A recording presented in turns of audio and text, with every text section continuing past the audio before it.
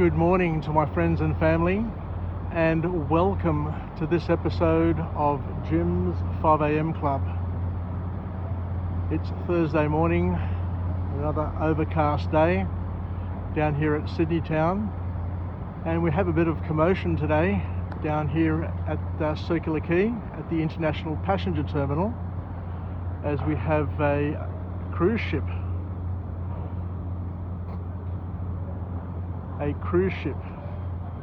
preparing to leave. As you can see, it's multi-story. It's called the Majestic Princess, and it is majestic to say the least. Anyway, what I'd like to do today is use this backdrop, the magnificent icons of Sydney, the Opera House and the Harbour Bridge. Use these as a backdrop, and we'll do a walk and talk. And today I'm going to go through another book summary like I normally do, and today's book summary is entitled The Person You Mean to Be by an author named Dolly Chugh.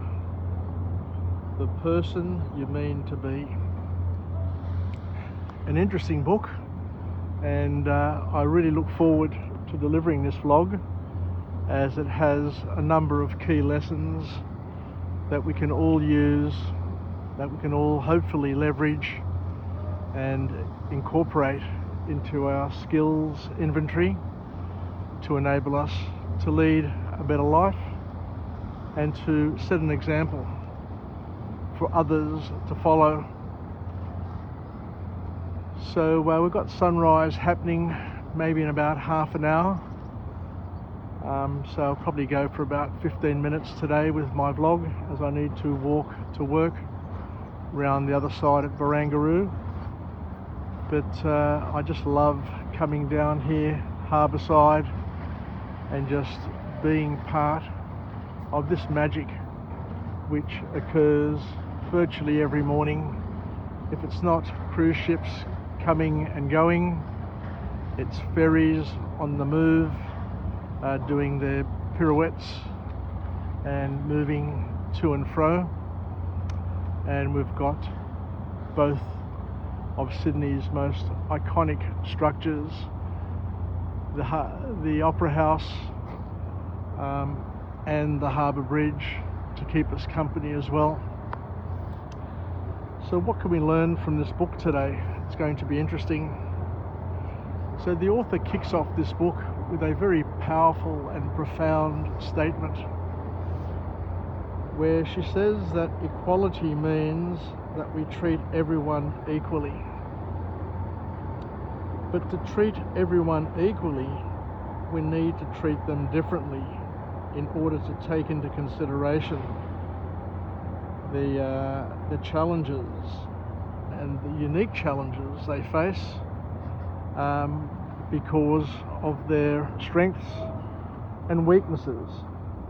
Now, we can't treat an adult and a baby equally by treating them the same.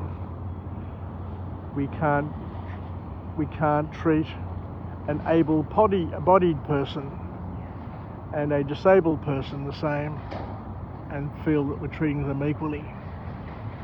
I remember coming across this term many years ago when I was a young executive at IBM, and the son of one of the IBM executives who worked with me in the accounting team, he was just a young graduate, a cadet, and he basically said that in order to treat people equally, you need to treat them differently.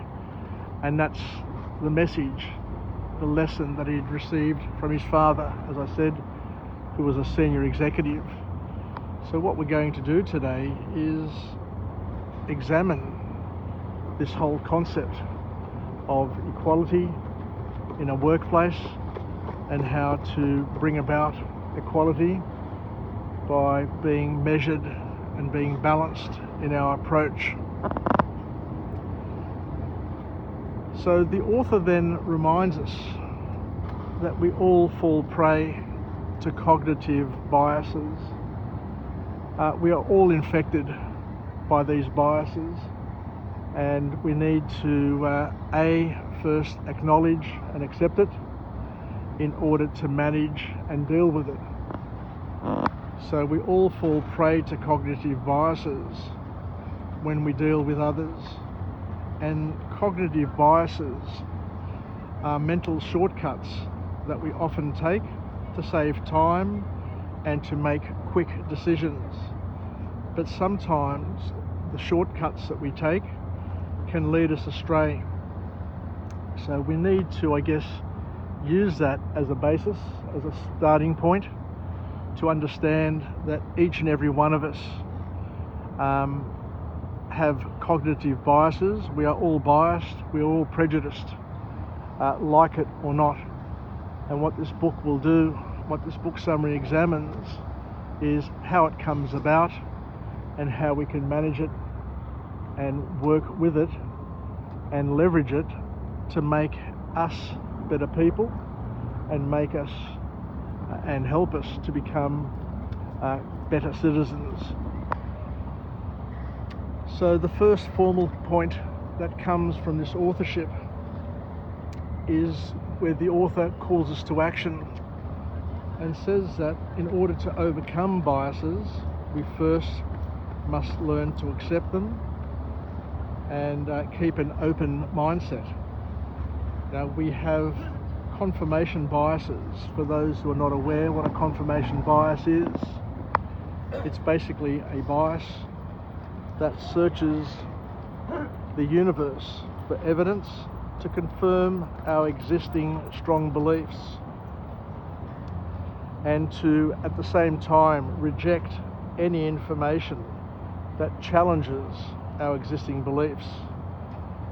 So if we have some strong beliefs, regardless of whether they're right or wrong, our mind, our brains, our biases will support those beliefs, even to the point of being stupid, even to the point of saying black is white, man is woman, up is down, you name it. In the world today, we have so many conflicting schools of thought, and hence, we say that science is the truth, but you can't get two scientists to agree on anything. You can't get two psychologists, two economists, or two of anybody to agree on anything these days, which makes life interesting and problematic at the same time, because we live in a world which is complex and complicated, and all of these things are made harder, are made more difficult through the fact that, as we say, we have these confirmation biases, these unconscious biases which influence and shortcut what we think, what we say, what we believe. And as we say, these confirmation biases are part of everybody's makeup. Lots of people have these shortcuts, these associations, which help them with their worldview and making those quick and important decisions. For example, the author raises the following points: that a lot of people, a lot of children, you don't have to be experienced and old to have these biases. A lot of these biases are predetermined in our nature, in our culture, in our education systems. But the author says that people tend to associate black people with weapons, women with childcare, men with career and work. And this has been the case for generations, for many, many years. We're not saying it's right, we're not saying it's wrong, we're just saying it happens. So what we need to do now is to identify and understand why it happens. And the author says that there are two different types of mindsets that people have that influence their worldview and influence the way they deal with questions, with problems, and with situations. And the mindsets can either be a fixed mindset or a growth mindset. To have a growth mindset means that we need to basically get out of our comfort zone and to understand that life is transitory, that we're moving, we're growing, we're developing, and that it's all okay to be different and to make mistakes and for things to change, because all of those changes, all of those situations are here to serve us.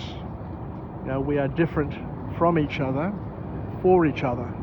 We're not different from each other to cause issues or challenges and to oppose each other.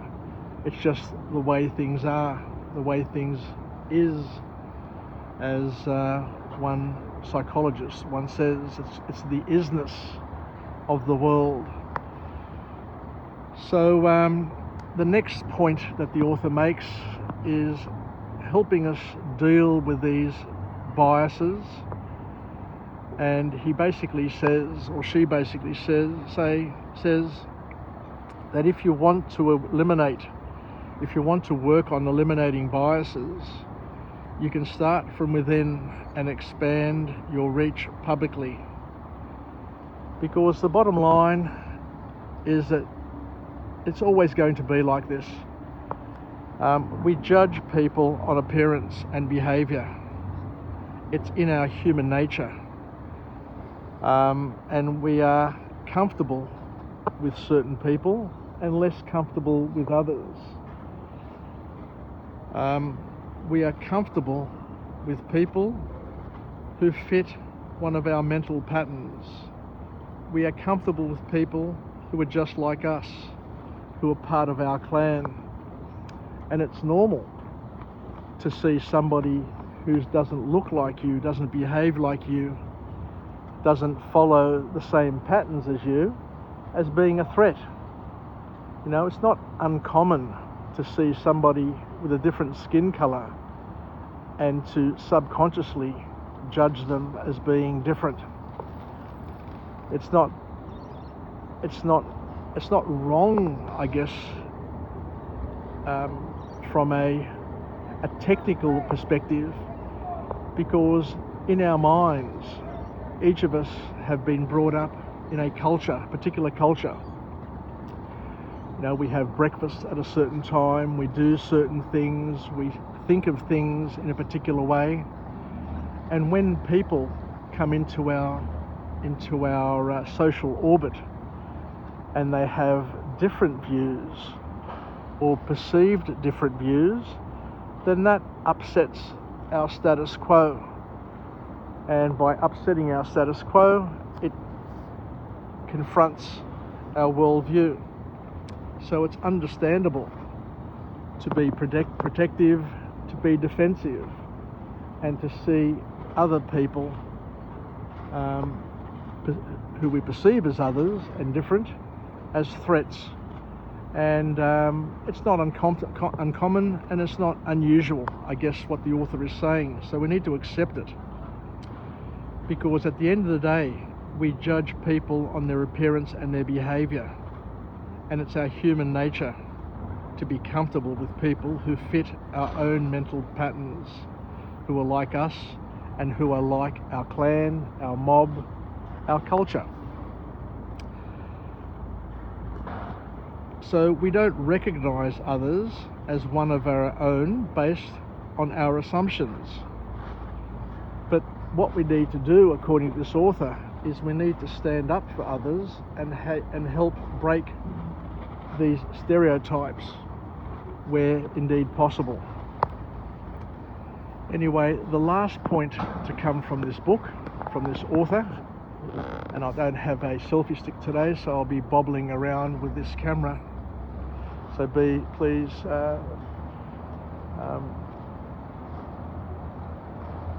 hang in there, I guess is the point I'm trying to make. So the author then goes on to say something which is really profound and refreshing, I must admit, and it's that we shouldn't pretend not to see the differences between races in order to avoid looking racist, because what this does is it can make things worse. The world is made up of matches and mismatches. The mismatches are the people who look for differences. They look for differences in cultures, they look for differences in people, they look for differences in patterns, and they most certainly always find these differences and are proud of identifying these differences. But by the same token, we have other people who are known as matches, who spend their time trying to identify similarities, a common element and common patterns.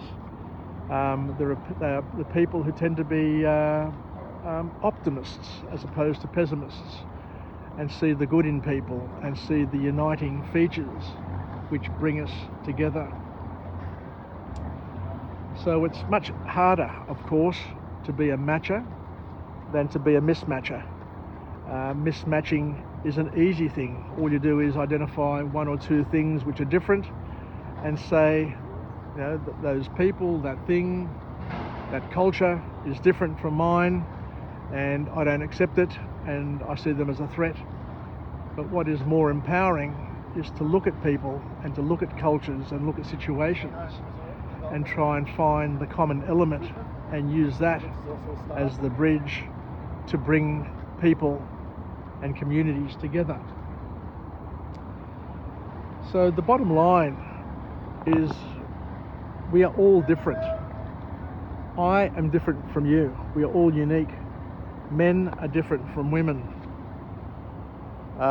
Gay are different from straight people. Old people are different from young people. And we just need to accept that and not to fight it, not to turn a blind eye to it. We need to accept that we're all different and we've all had a different past. We're all going to experience a different present. I am here, you are there. We are going to experience a different now.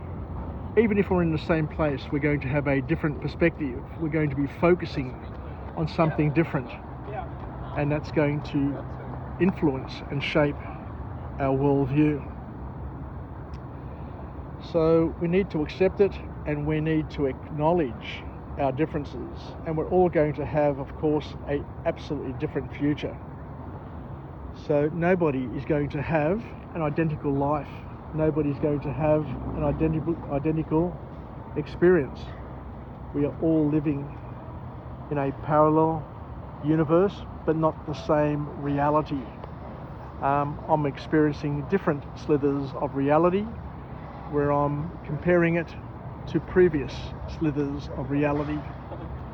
What we can do is we can enhance our view of the world, our worldview. We can enhance our reality by using OPE, other people's experiences, to compare and contrast and make us feel, or at least identify, the common elements in what we see as reality, as what other people see as their reality. And to understand that people identify with different realities, with different things. We live in a world which is completely mixed up now. We've got men who identify as women, women who identify as men, blacks who identify as whites, whites who identify as blacks. And this whole identity crisis that we're, I guess, experiencing at the moment is causing disturbance and grief. But at the end of the day, it's each person's free right to belong to a group and to identify with a group. The number of people who I see who appear to be white, who identify as Indigenous, is just absolutely remarkable. But I guess we need to respect those things. You know, we can't turn our backs to it. But we also need to acknowledge that the people who identify as Indigenous also have elders who are non-Indigenous. So when an Indigenous person in their Welcome to Country talks about respecting elders past and present, I think we need to make sure that they're respecting all their elders and not just their Indigenous elders, because by acknowledging and respecting their Indigenous elders, they are in that same voice disrespecting their non-Indigenous elders. So we need to understand and respect, of course, that people will identify with certain elements of their cultures, of their pasts, and that some people are more vulnerable than others, and we need to try and then work on each of these vulnerabilities, each of these communities, each of these people, one by one. But this whole element of identity politics is quite disturbing, I guess, to say the least, and quite disruptive. And as John Howard said, that we need to work on policies that work across identities and work across community, so that all people feel comfortable and feel part of the whole, as opposed to feeling as if they're left out in the cold. I guess one of the big challenges we face, of course, is on the Harbour Bridge. We've got the two flags, the Australian flag and the Indigenous flag. We've got one flag which I feel is inclusive. It includes all people in Australia, and yet we've got the Indigenous flag which is non-inclusive, is exclusive. It doesn't include me, it doesn't include my children. And for me, I find that problematic. I may be the only one, but by the same token, as we say, it's important to respect others, but it's also important to respect yourself and to not feel as if you are excluded from this country and to made to feel second rate and as if you are an invader, when in actual fact I was born here, my children were born here, my parents came here as migrants, and there's never been a person who has ever walked this continent who has not either been born here or came from somewhere else. So it doesn't matter if your family history goes back 60,000 years, 60 years, or 60 nanoseconds. We are all Australian, we are all one, and we are, I guess, called to work together as one and to celebrate this wonderful nation as one. Anyway, take care everybody. Wishing you all the best from this beautiful harbour that we have here in Sydney on this Thursday, where the majestic Princess has graced our shores. Don't know how long it'll be here for, but at the moment there are about 2 or 3 massive cruise ships in Sydney. There's the one here and there's another couple over at Balmain. So we'll wait and see. And hopefully one day I can encourage my wife Paula to join me on one of these cruises. Anyway, take care, have a wonderful day, and we'll chat again soon. Yassas, and bye for now.